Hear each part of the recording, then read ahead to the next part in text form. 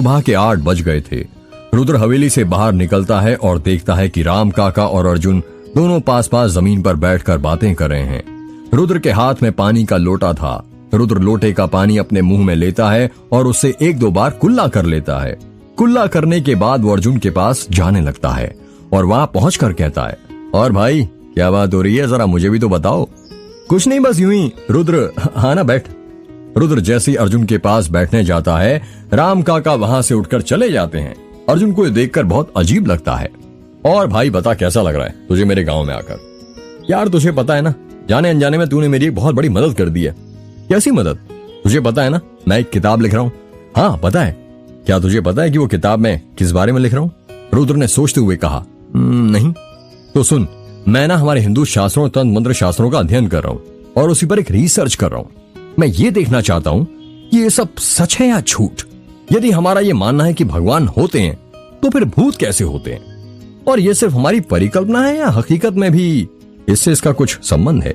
बिल्ली का रास्ता काटना, नींबू का उतारा उतारना, मंदिर में भगवान को पीठ ना दिखाना, ये सब अंधविश्वास है या इनका हमारे वास्तविक जीवन में कुछ महत्व भी है? देख भाई, मुझे तो इन सब बारे में कुछ नहीं पता, पर आई होप तुझे तेरे सारे सवालों के जवाब जल्दी मिल जाए। वैसे रुद्र एक बात बता, ये जो तेरी हवेली है ना, ये तेरे पापा ने बनाई है या उनके पुरखों की है? ये हमारे पुरखों की है। पर तू क्यों पूछ रहा है? वो इसलिए यार, क्योंकि मैंने नोटिस किया जब हम आ रहे थे तो बलमा टोला गांव चालू हो गया था, पर रास्ते में 5 किलोमीटर लंबा जंगल पड़ा, उसके बाद तेरी हवेली आई। गांव वालों से इतनी दूर हवेली लेने की क्या जरूरत थी? यदि रात में कोई इमरजेंसी पड़ गई तो? यार ये हवेली तो मुझे मेरे पुरखों से मिली है ना, ये सब तो उन्हें सोचना चाहिए था। मैं क्यों सोचूं? और वैसे अब कुछ किया भी नहीं जा सकता, हवेली को तोड़ थोड़ी ना सकते हम। हाँ वो सब तो ठीक है, फिर भी। और ये जो तेरी हवेली के पीछे जंगल और पहाड़ी फैली हुई है, इसका क्या? तुझे डर नहीं लगता क्या रहने में? डर? पर किस बात का? वैसे भी मैं गांव में कम ही रहता हूँ। बैंगलोर में जॉब जो है मेरी, यहाँ तो बस छुट्टियों और त्योहारों में आता हूँ। अरे हाँ यार, मैं तो भूल ही गया था, मेरी तो बैंगलोर में जॉब है। पता कैसी चल रही है? अर्जुन और रुद्र बातें कर ही रहे थे कि तभी वहां पर समीर और पीयूष आ जाते हैं। समीर के हाथों में ब्रश था जिससे वो मंजन कर रहा था और पीयूष रूठा हुआ मुंह बनाया था। पीयूष का रूठा हुआ मुंह देखकर रुद्र ने हंसते हुए पूछा, क्या हुआ मोटे, ये सुबह सुबह मुंह क्यों भुला लिया? सपने में क्या कोई भूतनी आ गई थी? यार मैं ना अपना ब्रश घर पर ही भूल गया हूँ, तो इसमें मुंह भुलाने वाली कौन सी बात हुई?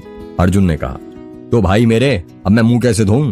पीयूष की बात सुनकर रुद्र और अर्जुन हंसने लगते हैं और रुद्र कहता है, तू हमेशा चुगत का चुगत ही रहेगा। कॉलेज में भी ऐसा ही था और अब भी ऐसा ही है। रुक, आज मैं तुझे देसी ब्रश देता हूँ। मतलब? पीयूष ने हैरानी के साथ कहा। रुद्र जहां पर खड़ा था उसके पास ही नीम का पेड़ लगा था। नीम की डाली आराम से रुद्र के सिर तक आ रही थी। रुद्र अपना हाथ ऊंचा करता है और झट से नीम के पेड़ की एक डाली तोड़ लेता है और पीयूष को देते हुए कहता है, ये ले तेरा दातून। ये क्या है? पीयूष ने कहा। इसे तोड़ और घिस ले अपना मुंह। जितने भी ये तेरे पीले दांत दिख रहे हैं ना, सब सफेद हो जाएंगे। रुद्र ने पीयूष के दांत की तरफ उंगली करते हुए कहा, तुझे पता नहीं है शायद, पुराने जमाने में जब ब्रश नहीं होते थे तो इसी से मुंह धोया जाता था। अर्जुन ने कहा। रुद्र ने पीयूष को जो नीम के पेड़ की डाली तोड़ कर दी थी, पीयूष उसे घूरने लगता है। क्या हुआ मोटे, क्या सोच रहा है तू? समीर ने कहा। यार मैं सोच रहा हूँ इस डाल का यूज तो मैं कर लूंगा, पर ये नीम के पत्तों का क्या करूंगा? अरे इसका उपयोग तुझे नहीं, तन्वी को करना है। उसके अंदर बहुत जहर भरा पड़ा है, थोड़े से पत्ते खा लेगी तो जहर थोड़ा कम हो जाएगा। रुद्र ने हंसते हुए कहा। रुद्र ने जैसे ही ये बात कही, तन्वी और अनन्या वहां पर आ जाते हैं और रुद्र की बात सुन लेते हैं। तन्वी होश में कहती हुई बोली, क्या बोला तुमने? रुद्र हकलाते हुए कहता, कुछ नहीं। नहीं कुछ तो बोला तुमने। हाँ वो मैं कह रहा था कि हम सबको नीम के पत्ते रोज खाने चाहिए। नीम के पत्ते भले ही कड़वे होते हैं पर हमारा खून तो साफ करते हैं ना। हाँ सुना मैंने तुमने क्या बोला, नीम के पत्ते मुझे नहीं तुम्हें खाने चाहिए। कड़वी तो तुम्हारी जुबान है। क्या कहा? मेरी जुबान कड़वी है? हाँ तुम्हारी जुबान जो कड़वी है, कड़वी थी और कड़वी रहेगी। तुम्हारी जुबान से तो जैसे चाशनी बहती रहती है ना मीठे लफ्जों की। कड़वे इंसानों के लिए मेरे मुंह से कड़वी बातें निकलती हैं। तुम्हारे कर्म इतने अच्छे नहीं है जो मेरे मुंह से तुम्हारे लिए मीठे लफ्ज निकले। रुद्र ने मुंह बनाते हुए कहा, देखो तो कर्म की बातें कौन कर रही है? तन्वी महारानी मिली है इनसे, कर्मा की देवी से। लगता है यमराज की सेक्रेटरी यही है, इनके पास सब लेखा जोखा है, किसने कितने पाप किए और किसने कितने पुण्य। हाँ सही कहा तुमने, और उसके मुताबिक तुम्हारे पापों का घड़ा भर चुका है रुद्र। अब बस भी करो तुम नो झगड़ना यार, क्या यूं सुबह सुबह बच्चों की तरह लड़ना शुरू कर दिया है। वैसे भी रुद्र अब तुम्हारी शादी होने वाली है, तुम कोई तन्वी के साथ कॉलेज में नहीं पढ़ रहे हो जो उसके मजे ले रहे हो। वैसे जरा ये बताना, तुम्हारी होने वाली पत्नी का नाम क्या है? क्या करोगी जानकर? अरे ओ हीरो, बस नाम पूछा है, तुम तो ऐसे बोल रहे हो जैसे मैं उसे पटाने वाली हूँ। अनन्या की बात सुनकर सब लोग हंसने लगते हैं। हाँ अनन्या बस बातें मर्द की तरह करती है, अंदर से वो बिल्कुल लड़की है। पीयूष ने हंसते हुए कहा। क्या बोला तूने मोटे? मैं लड़कों की तरह बातें करती हूँ? इतना कहकर अनन्या अपने हाथों से पीयूष को मारने लगती है। गोरी, गोरी नाम है उसका, रुद्र ने कहा। सही है, गांव की गोरी। आखिर शहरी बाबू को गांव की गोरी मिल ही गई।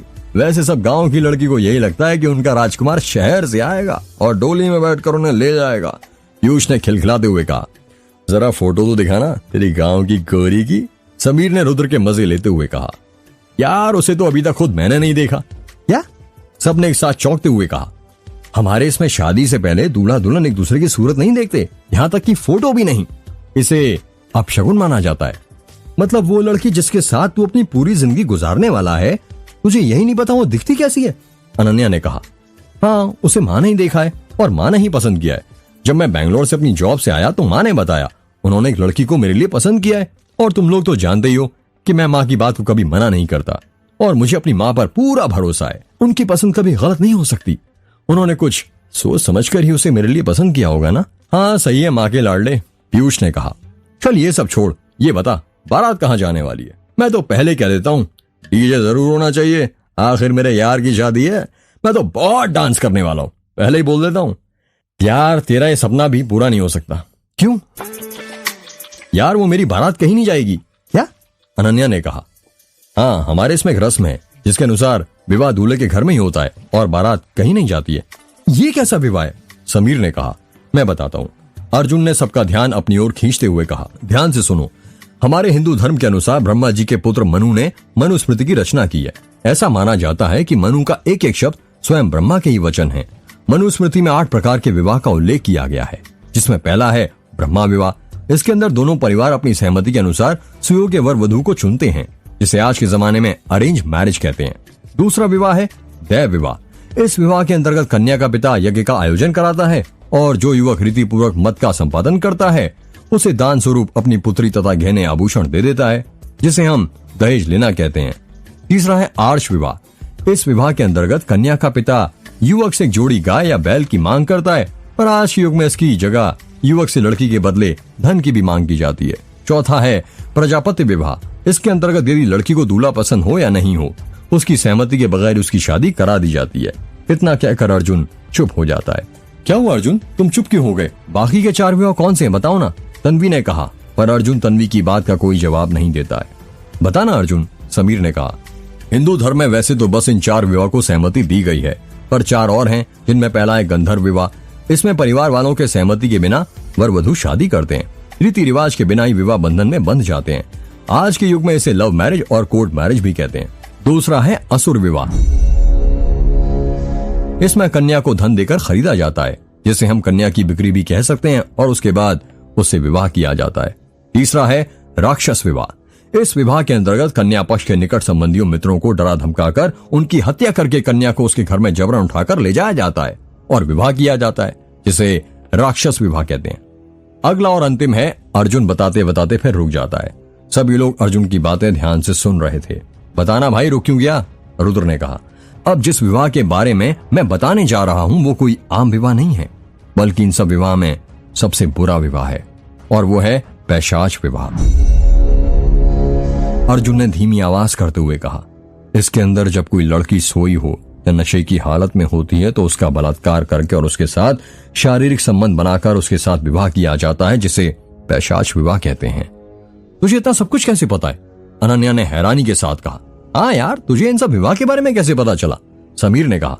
बता ना अर्जुन, बताओ ना अर्जुन, तन्वी ने कहा।